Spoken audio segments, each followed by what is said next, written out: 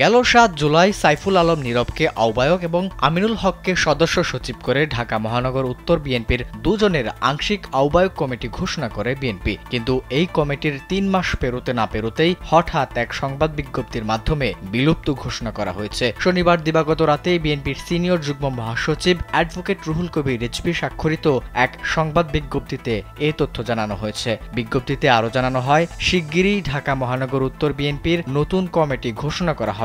তবে কি কারণে হঠাৎ করে এই কমিটি বিলুপ্ত করা হলো বিএনপির সংবাদ বিজ্ঞপ্তিতে সে সম্পর্কে কিছুই জানানো হয়নি। এর আগে বিএনপির অঙ্গ সংগঠন মৎস্যজীবী দলের কেন্দ্রীয় আহ্বায়ক কমিটি বিলুপ্ত ঘোষণা করা হয়। সেলফিন অ্যাপে দেশ বিদেশের যে কোনো জায়গা থেকে অ্যাকাউন্ট খুলতে পারবেন কোনো ঝামেলা ছাড়াই। সেলফিন, আগামীর ব্যাংকিং।